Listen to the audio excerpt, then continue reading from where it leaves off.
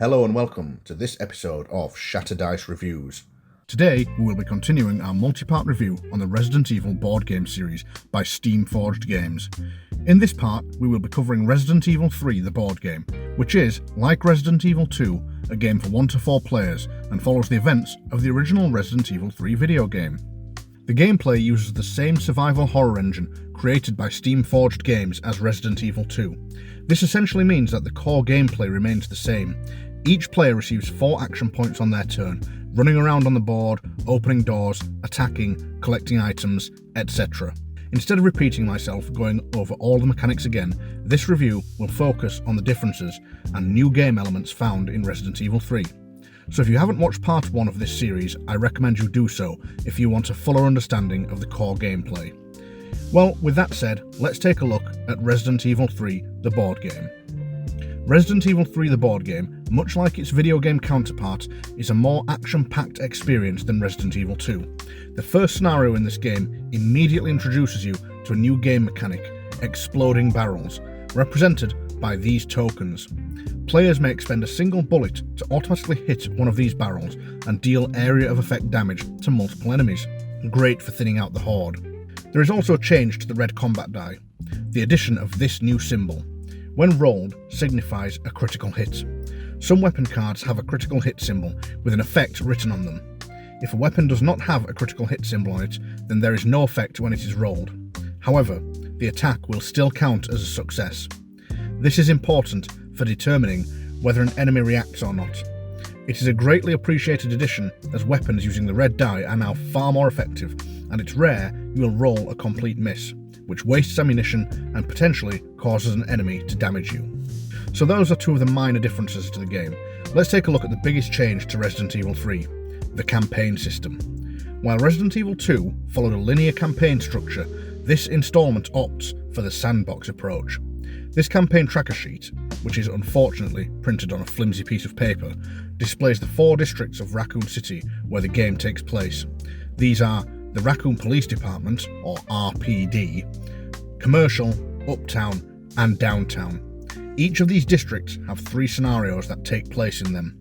Then, along the top of the tracker sheet, we have these 2 scenarios that take place in the Clock Tower as the campaign's finale. Down the side here, we have the city's danger level track. As you play through the campaign, this track will increase, causing the city to become more dangerous, introducing new deadly tension cards and game effects. If this track ever advances to the final space, the city is overrun and the campaign ends in failure. Now, looking more closely at the 4 districts, you will see many of the scenarios begin undiscovered.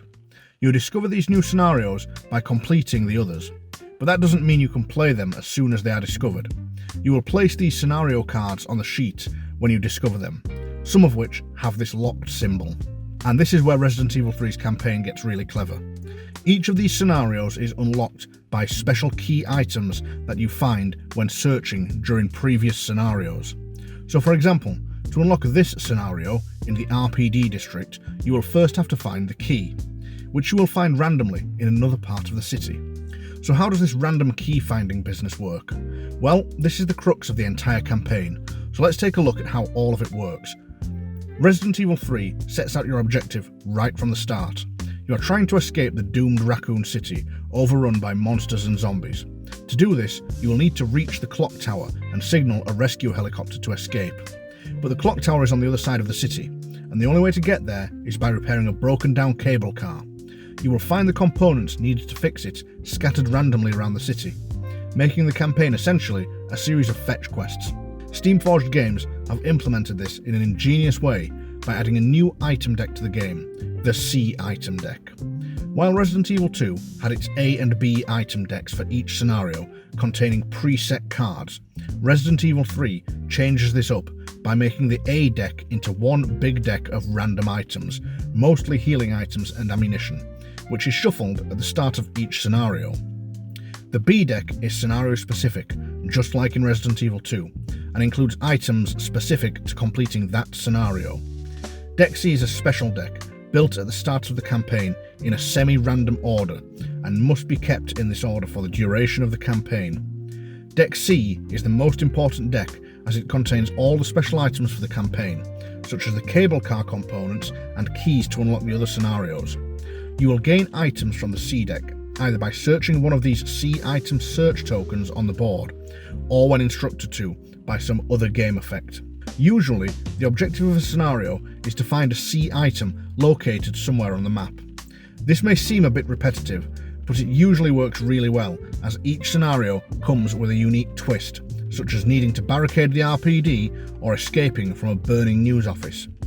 You must figure out the best way to find that all-important C item and progress to the next scenario. Which scenario that will be depends on which C item you find. As the deck is semi-random, you never know which one you will unlock next. Completing RPD 2, for example, will not necessarily unlock RPD 3. As you collect more items from this deck, you will find some of the components you need to repair the cable car, and eventually, after unlocking most of the scenarios, not necessarily all of them mind you, you will be able to collect the final cable car component and head to the clock tower. This really is a great little campaign system and makes any playthrough feel quite unique. It also fixes that issue with Resident Evil 2, where you really needed to know the video game plot to understand what was going on.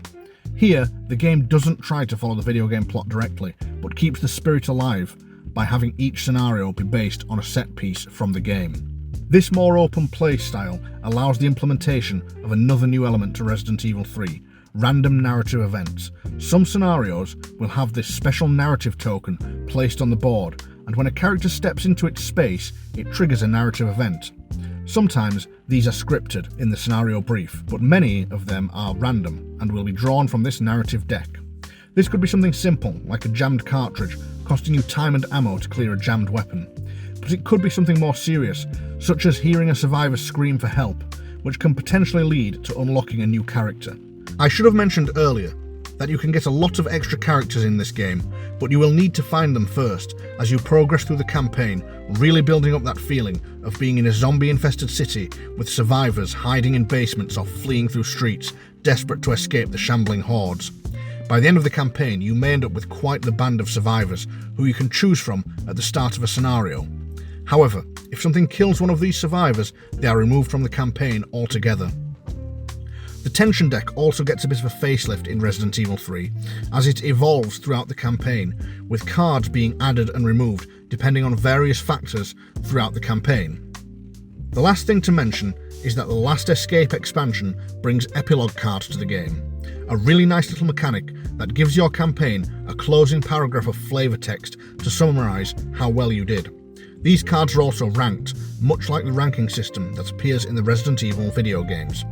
An S ranking is the highest rank, then descending from A to E in alphabetical order. This gives you a kind of end game score. Keep everyone alive and do everything right, and you'll get that coveted S rank. But if you don't, well, maybe you can try the campaign again, giving you that incentive to replay.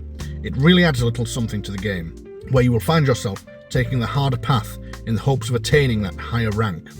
Well, that's basically the campaign, and that's the real change between Resident Evil 2 and 3. Sure, the game has more ammo and it's much easier than Resident Evil 2, but the sandbox is the part that is really fun to play in.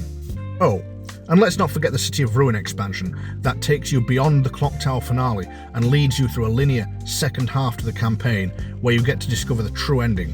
But I'll leave that for you to discover on your own. So now let's take a look at the good, the bad, and... Stars. Haha. Oh yeah, I was just getting to that. Stars. No, of course I didn't forget. Stars. Well, I've just been reminded that I couldn't possibly talk about this game without talking about its big boss enemy, Nemesis. Those of you familiar with the video game will know Nemesis was a giant mutated monster that chased you around the game with a rocket launcher. Nemesis was the ongoing threat that felt like it could show up at any time, and when it did, would relentlessly pursue you. You would have to fight Nemesis several times over the course of the game, but many times you could flee. Resident Evil 3 the board game does a good job of bringing this enemy to the tabletop, with scripted events and scenarios causing Nemesis to spawn in. But also, remember those narrative cards? He pops up in a few of those too. Nemesis functions in two ways. When encountered randomly, he uses a basic enemy card similar to the other monsters in the game. He is tough, but you can defeat him. However, he isn't gone for good and may return next time you pull one of those narrative cards or tension cards. You will also encounter him as a boss, where he uses the behavioural cards seen in other boss fights. Nemesis is this great ongoing villain who is a real pain in the Stars. Nemesis is great. I love it when he pops up at the most inconvenient moments and starts walloping me from across the hallway with his rocket launcher. In fact, I love it when he kills all the survivors and I lose the campaign. Whew, right, well, I think that's him satisfied now he's been in the spotlight. Such a prima donna. But in all seriousness, Nemesis adds a really fun, tense element to this game, and something that had to be included in this game. After all, you can't make Resident Evil 3 the board game without Nemesis. Steam Forged Games did a fantastic job with it. Okay, now let's take a look at the good, the bad, and the ugly. The good. Almost everything in this game is an improvement over Resident Evil 2. Combat is more fun and weapons more effective. The characters feel better balanced along with the scenarios, and of course, the campaign system is just so well implemented. I really like how all of this was done, and think Steam Forged Games should take a bow on this one. I played both Resident Evil 2 and 3 solo, and found myself taking regular breaks from Resident Evil 2, but absolutely blitzed through Resident Evil 3 in about a month, completing both the base and expansion campaign. That's about all I can say really, it's just overall a really fun game. So let's move on to the Stars. Oh yeah, Nemesis. Nemesis is good too, of course. Can't leave him off the list. The bad. The PvP mode is gone. I really enjoyed Resident Evil 2's player versus player mode and was disappointed to see it wasn't included here, especially as it could have fit very well into this game based on some of the plot elements of the video game. I mean, who wouldn't want the opportunity to play as Nemesis? The game still suffers from a lack of dice mitigation and swingy luck-based issues, with a few bad card draws and dice rolls making the difference between success and failure in any given scenario. The ugly. While the map tiles are a massive improvement over Resident Evil 2's, being more bright and crisp, they are still a bit repetitive. And if we take a look at this tile depicting the gate to the RPD, you can see the letters are printed the wrong way. This may seem like a small issue, and I'm probably being way too pedantic, but it really bothered me. It's hard to deny that when this tile comes up, it does make the game look that bit uglier, so I really had to include it here. Also, this game is much easier than Resident Evil 2, and that, while not necessarily good or bad, does feel like it lacks the challenge it could have had, so I thought I'd include that here. Well, that's it for Resident Evil 3 Nemesis. Overall, I really enjoyed this.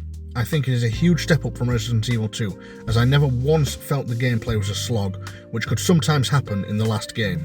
I was always excited to try out new characters, and loved saving them in those tense narrative moments. Simply put, I was never bored by this game, so I have to rate it not boring at all. Well, I'm bored of reviewing this game now. Bye.